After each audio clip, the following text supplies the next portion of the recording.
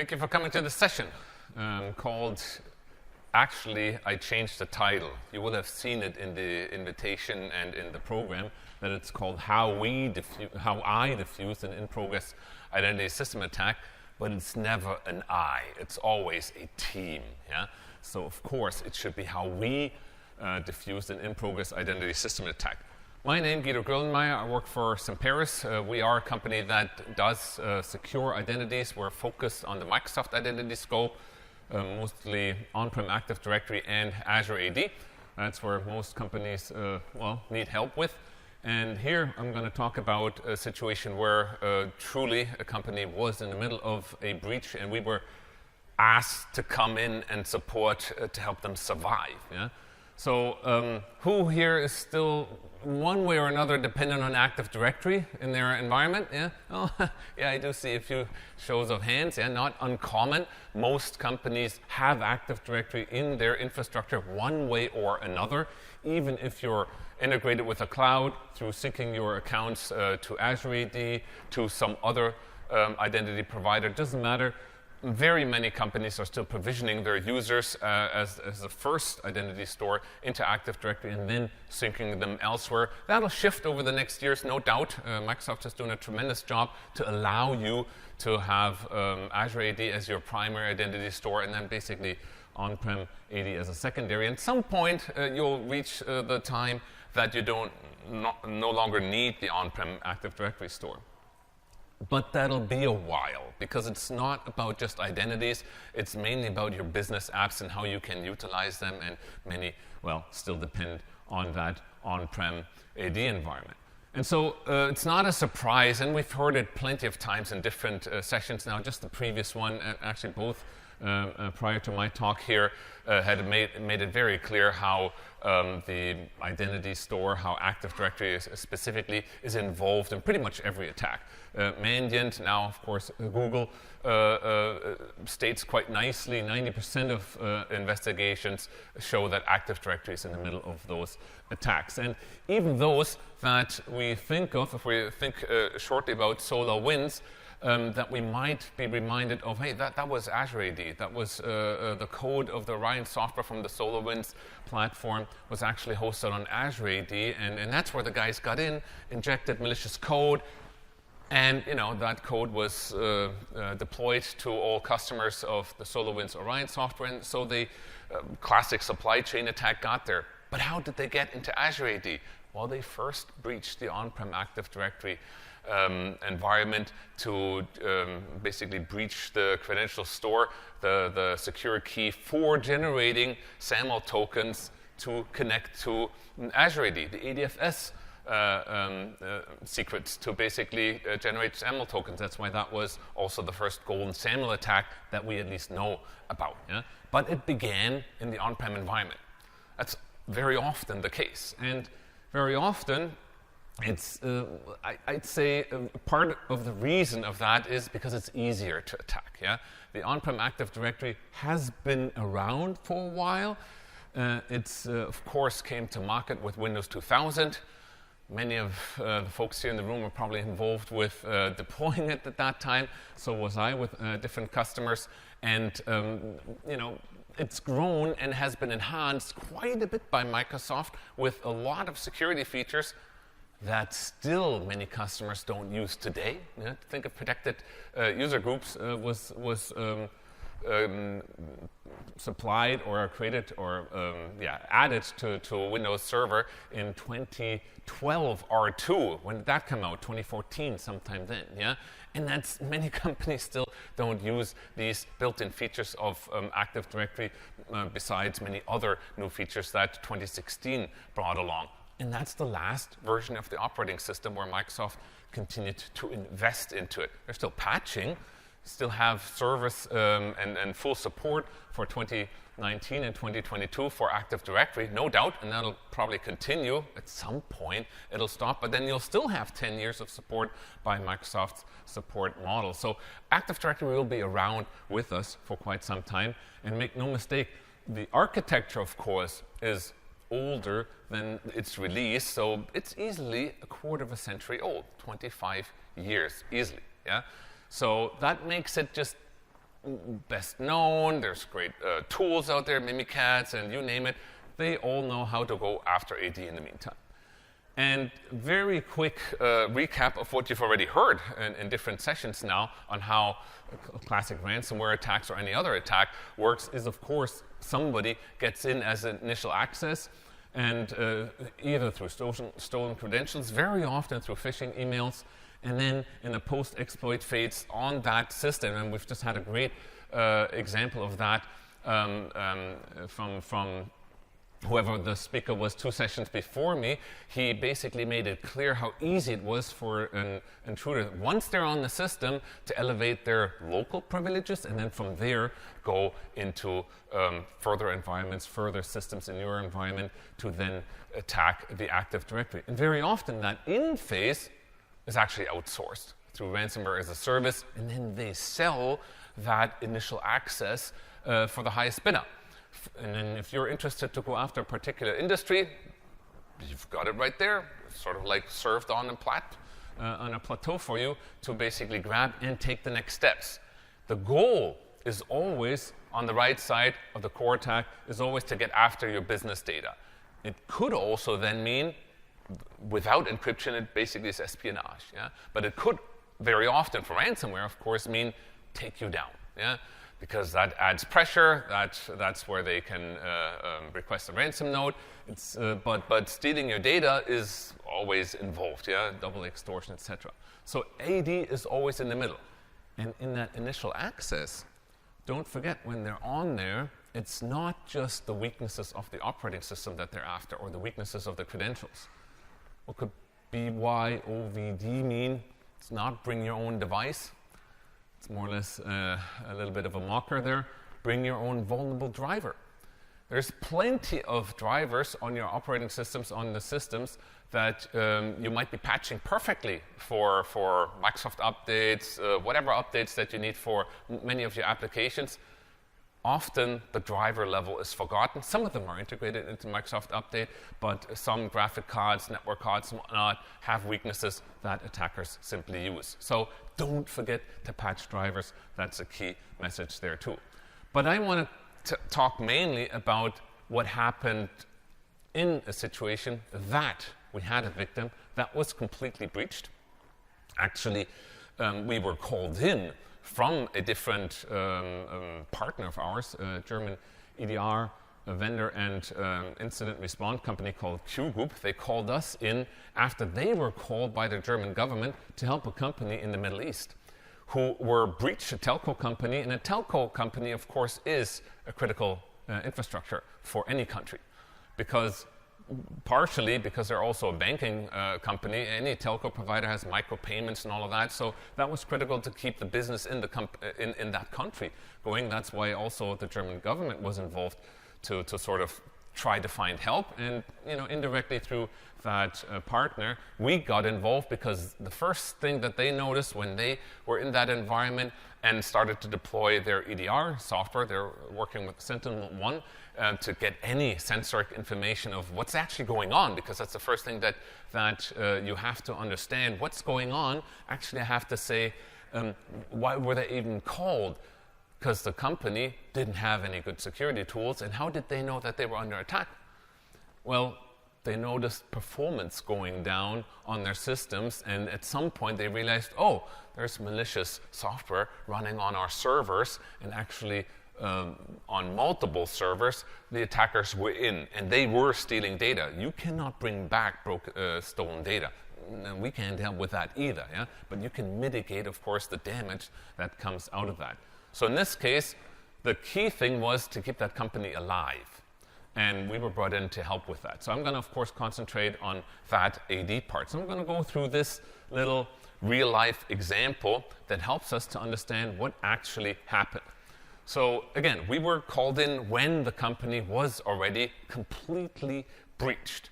And the Active Directory domain credentials were being used. They reset the domain admin passwords of the guys. Didn't make any difference.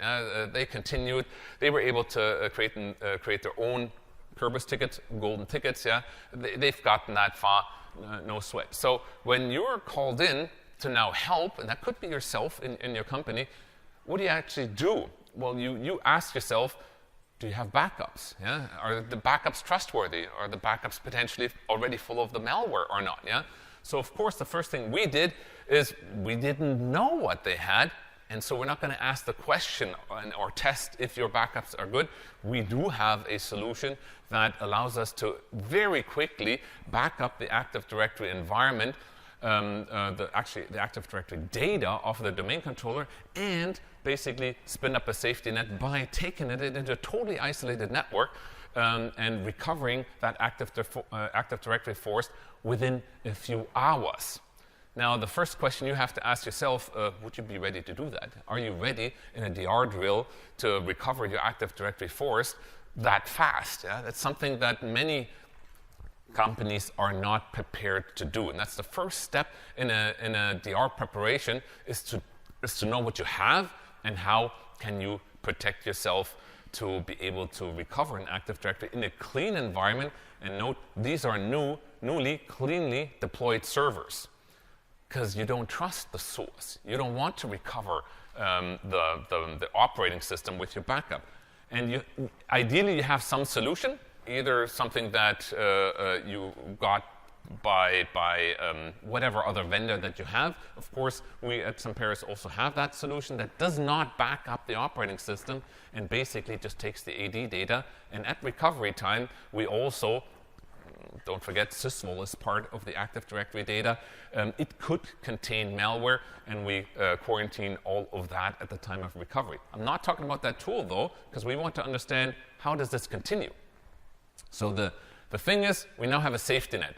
We still don't know if we can trust and repair that production Active Directory. So the next thing, of course, you do is vulnerability analysis. Now, even before we did this more deep dive analysis, we had done a quick analysis to understand lots of problems in that environment.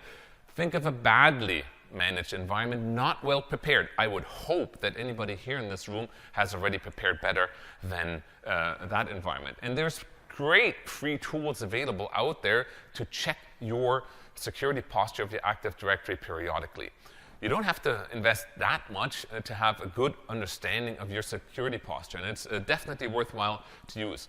There's Purple Knight, our free tool, Certify, there's Bloodhound, and now we've also just, it's free. Force Druid is also free to understand what's actually going on in that environment. Just a slide here to capture the capabilities of these different tools. I'm not going to explain them all. They're all great. If you haven't ever looked in your environment and understand the security posture of your Active Directory, that's the great place to start, because any of these tools will help you understand how safe am I, or what are options to improve my security. And these tools you typically run as a normal authenticated user, just not an admin. Then you look at your environment through the eyes of the intruder.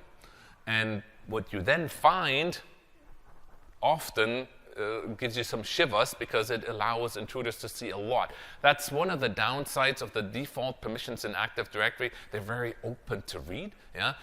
That's the nature. That was basically also the secret of the success. Active Directory is easy to integrate with, and partially that's true to its openness. Yeah? But that's also open for the intruder to read all sorts of your configuration information. So I'm obviously not going to talk about the details of what we exactly found at this customer, but just some things as an example that were like highlights. Domain computers were allowed to change certificate templates. That means anybody who's on a computer running as a local admin can change the certificate templates and basically create their own to authenticate as anyone, anywhere. Yeah? So there's plenty of bad practices on certificate permissions, and those tools that I just told you about, they find those and they warn you about those. And the one thing that also stood out was that help desk account.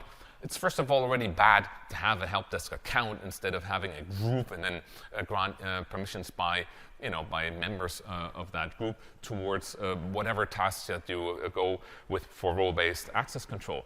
But these guys basically had a help desk account, and everyone was permissioned to reset the password.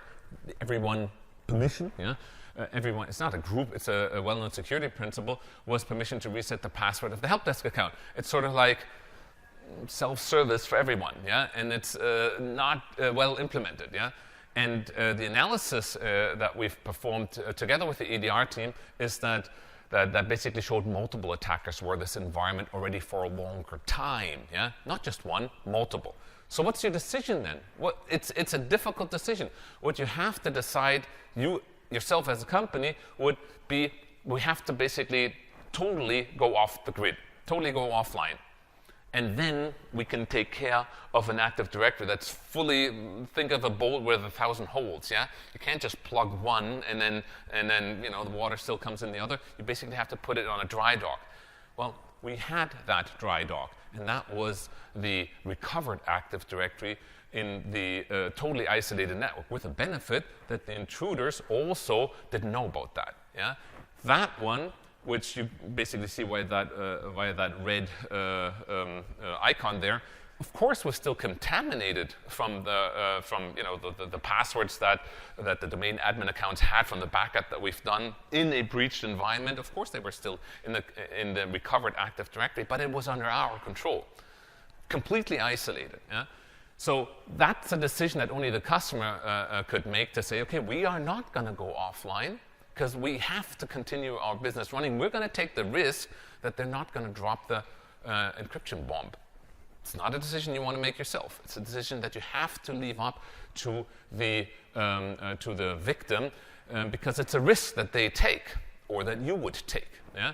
Ideally, you could go completely off and do what we've done in that isolated environment, basically in production. In that case, they took the risk so that we could basically get to the weekend and recover the Active Directory completely. And we completely cleaned it in that isolated environment, with the benefit of the intruders, of course, not knowing about that. So it was sort of a under the cover work of a lot of hardening. We also used our post-breach edition of Purple Knight. That's what's not public. You get that as a customer of that tool. It basically just goes a bit deeper into the metadata to understand, where might they have still hidden stuff in your AD. But the main work was basically hardening that environment, which you should all be doing before you've ever been breached, because ideally the likelihood of you being breached goes much, much down. Gets much harder for the intruder to get into your Active Directory. So this, I don't know, 10 years old slide from Microsoft, yeah, it's still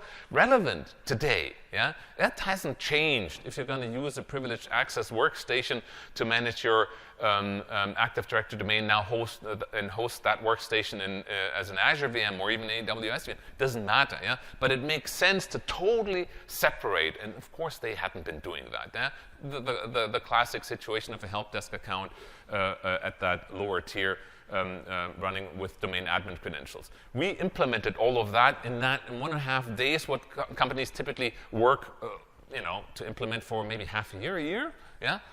Well, if you're under attack, decisions are made much easier, so that's maybe a benefit, yeah? So that you get that implemented much faster. In 1.5 days, we had the whole structure in there, and all the permissions adapted.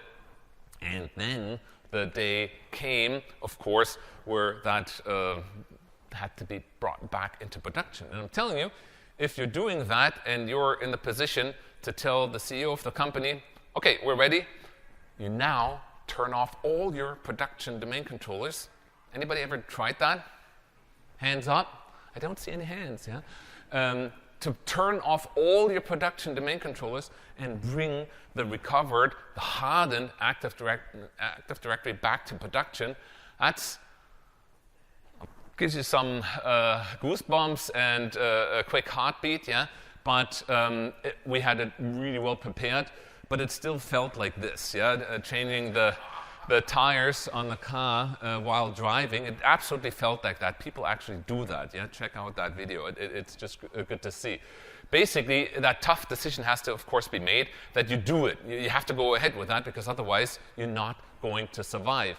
And it's not that difficult. It's plain logic. If you change the VLANs of those domain controllers in your isolated, bringing it back into the compromised network, of course, we had to change the IP addresses, and the whole thing was back up and running in 30 minutes. Of course, Many of those steps, you have to understand the Microsoft Force Recovery guidelines. Many steps need to be taken care of to get Active Directory actually safe. That's like resetting a KRB TGT account twice, the RID pool changes, you name it. All of those things have already here, in this case, been automated, but hey, you could have also done it manually. Yeah? And in this case, we've basically aligned very strongly with that EDR team that they took down 20 command control systems in that same moment while we were executing this change. They took down those other systems, blocked the IPs, blocked more than 100 IPs, and then last step was rebooting all servers and clients to just get them to a new secure channel and make sure that no privileged accounts were actually available in that environment anymore. And that was basically the complete story. So in this case, we were able to get them to survive, and that was the actual goal.